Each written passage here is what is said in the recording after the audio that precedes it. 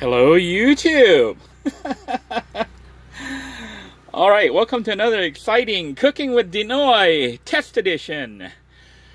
We're actually testing out the generator. Yeah, I don't know if you can hear that ruckus in the background. I actually have electrical power running through the system right now. Not really through the whole RV, because I tried to plug it into the RV using the 15 amp, 30 amp to 15 amp adapter to the generator.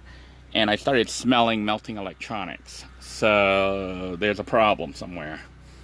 But for now, I am testing it through a direct line. I basically plug this cable, this extension cord, into the generator right now, which is 2600 watt, 2800 watt max. So it should be enough to run this electric cooker. So if I needed to, I could cook using electricity, which I am right now using the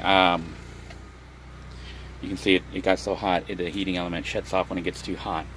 But basically, I've got electricity running through. This is just a temporary hookup right now. I bought the generator the other day from the flea market. I went back by the flea market and tried to find the 5,000 watt generator, but sadly the guy wasn't there. However, there was another person, a man and his wife, selling this 2800 watt generator. It's really 2600 running watts, 2800 peak. And I don't know if you can hear me or not, it is very loud. It is a Chinese brand, off-brand.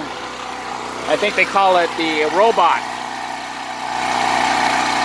Family name is 6VHRS 196. I think I'm dripping gasoline here, so I may have to look at that.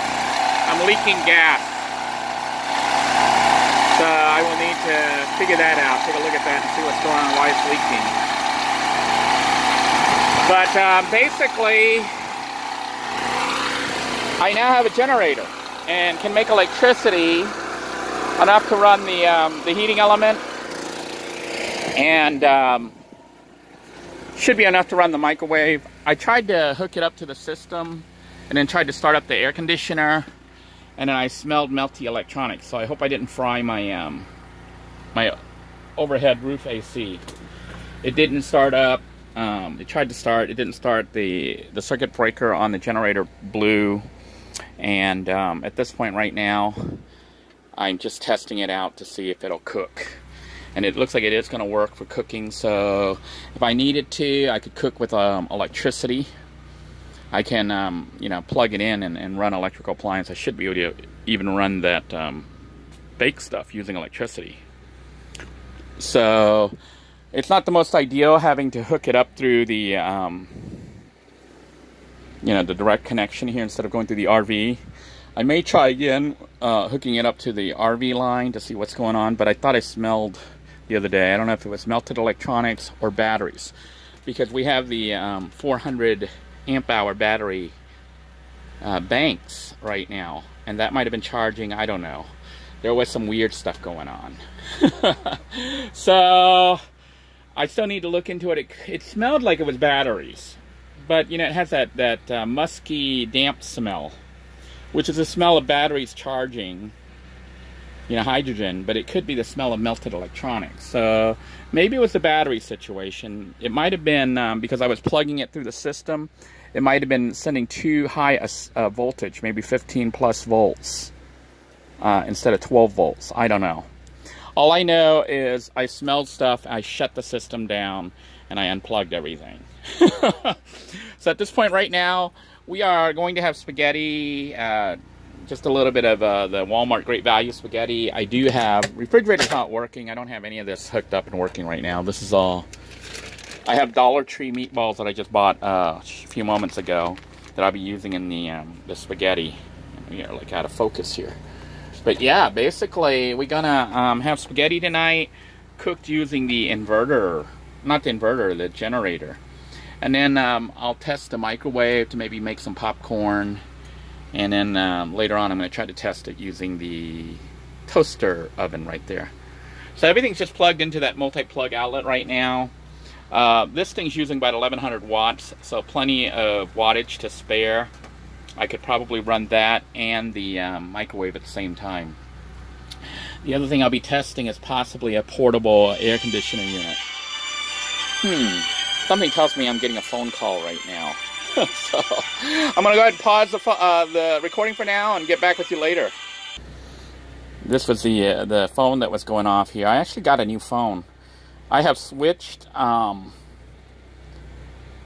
services. I'm now back with Metro and ended up picking up a free new phone. This is a Samsung A20. Yeah, and then I bought a cheap $5 case for it from Walmart. But it's a really nice phone.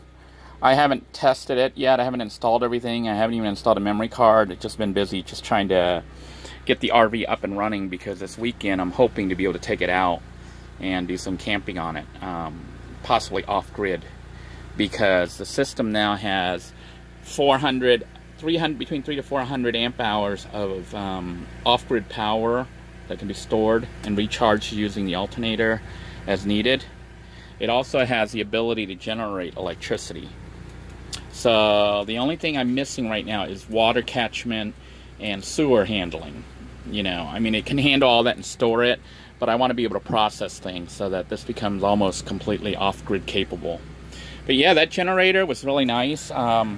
It's not as big as the other one, the 55,000 watt generator, so I won't be able to run the air conditioner off this directly.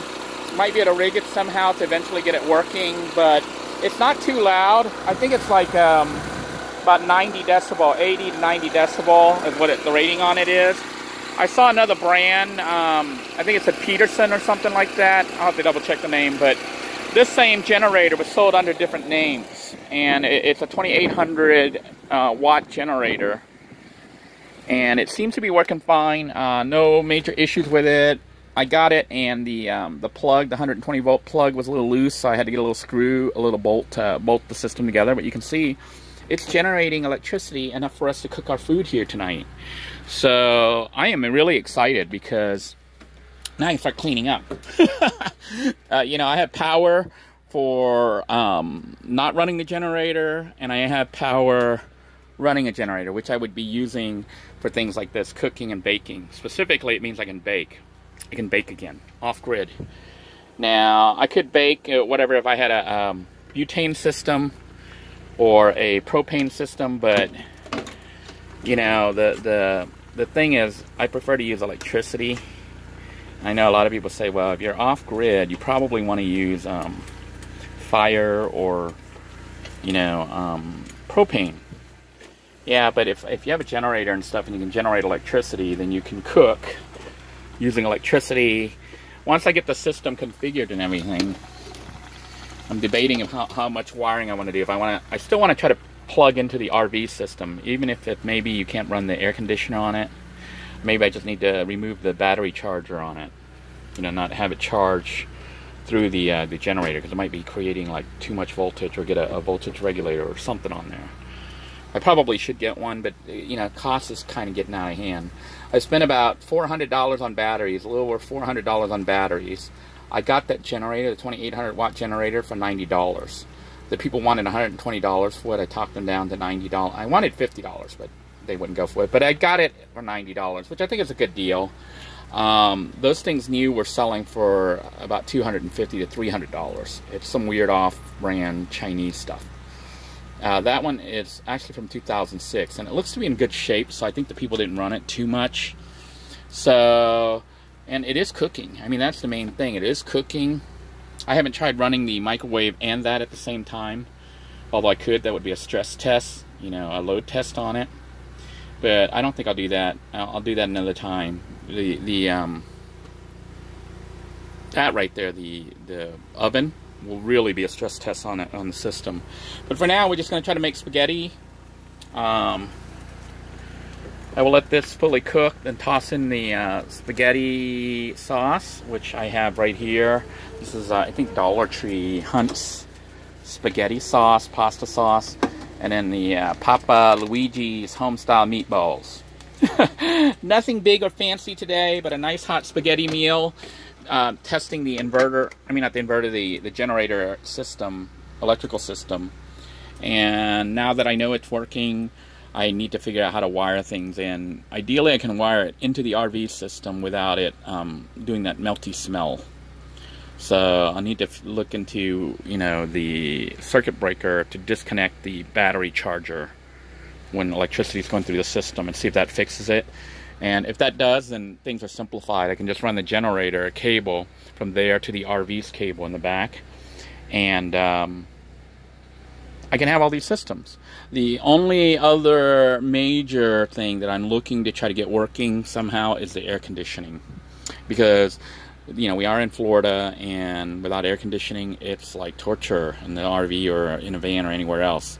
So having air conditioner with the generator, even if it's a little small one, which is what I'm looking at, potentially getting a standalone small window AC and mounting it somehow, maybe in one of the back windows or something, so you can sleep. It is kind of loud, so another project I'm going to work on. I don't know if the sound's picking it up here. It's not super loud, but it is loud. You can hear it in here. I may try to work on a sound deadening system, you know, sound reducer, a noise reducer. So look forward to those videos as I try to reduce some of the noise. The vehicle is shaking because it's sitting on the vehicle, and, you know, it is shaking the whole vehicle. So I don't know of any way to avoid that other than removing it and letting it sit on the ground, because it is shaking the whole vehicle, because the generator moves, you know, bounces around. So we're gonna go ahead and dump this water, add the sauce, and stir in our meatballs at this point. All right, I have poured out the excess liquid, and I'm just adding the sauce, tomato paste here. And then it's a matter of adding the meatballs. All right, I got my handy dandy assistant. I'll plop in our meatballs. So use all of them. It's like $1 worth of meatballs there. And I think we'll go ahead and stir it up. I'll just go ahead and use this thing.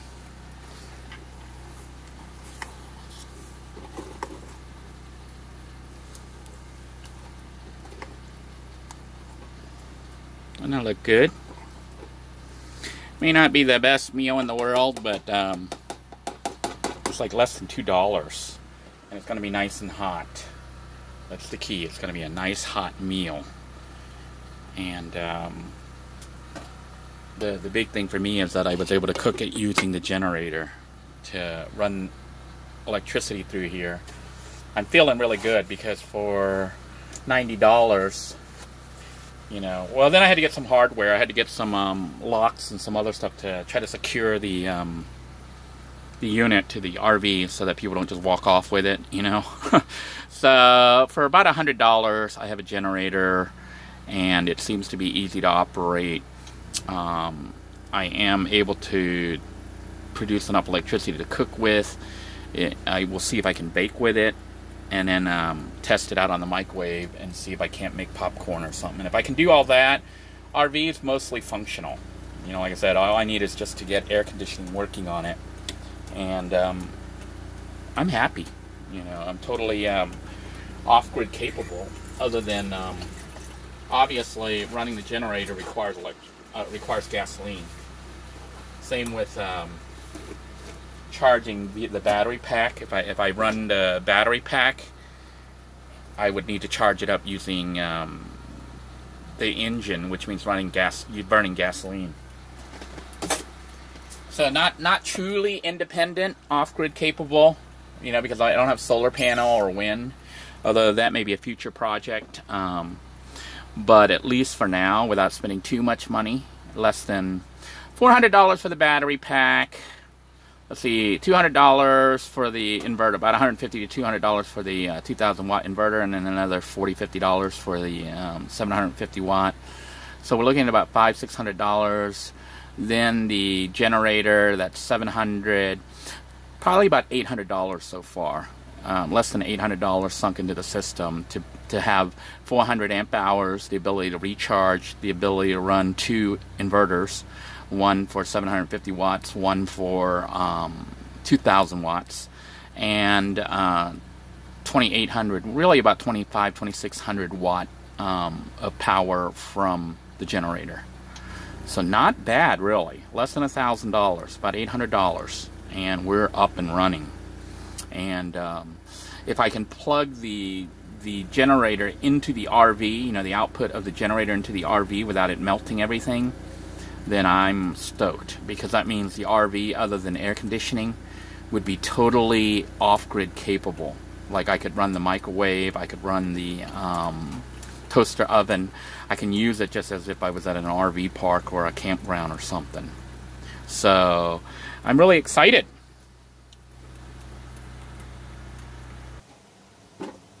Here then is our finished product. It may not look like much, and may in fact not be that much, but it is nice hot spaghetti, freshly cooked with meatballs. And more importantly than the fact that I'm having freshly cooked spaghetti with meatballs is the fact that the system works. I am so happy. It means the adventures can start soon. Yeah. With the ability to generate electricity on the RV using the inverter or a generator, it means that I have the capacity to go totally into the boonies. That means I can be somewhere, you know, not urban, but out in the woods, out in the middle of nowhere, maybe in the Everglades or somewhere remote, as long as, you know, the vehicle doesn't break down out there, which would be really, really bad. Well, this is a lot of food, more than I can eat, but try to eat it all in one day. I don't really want any to save. But we're going to pour some grated Parmesan.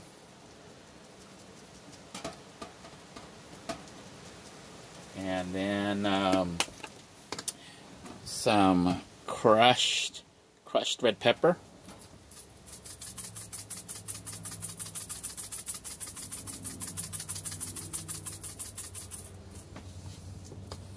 And let's do a little taste test. Get a meatball. Look at that meatball. Doesn't that look good?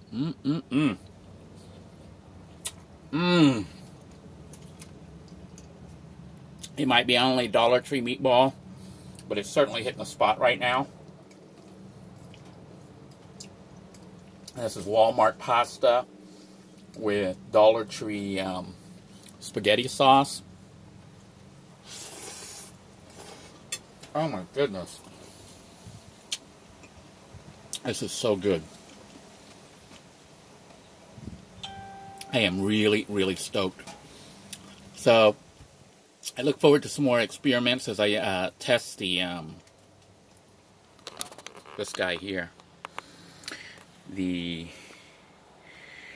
toaster oven will need to be tested on the generator, and then the other thing that will be tested is this guy here. So, once this is all up and running, I'll look into possibly buying air conditioning. It would be nice to get this overhead one working, so I may still try it, because I think 2600 watts may be just enough to run this thing. The key is getting it to start up and work, which it didn't want to do so far.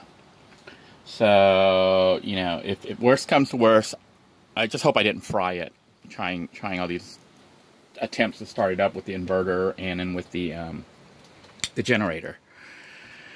I will have to buy a window air conditioning unit, which is smaller, like a 5000 BTU unit, which I would put back there somewhere in the bedroom. Figure out how I can mount it and remove it and whatnot easily. And the main thing it would do is cool down the sleeping area.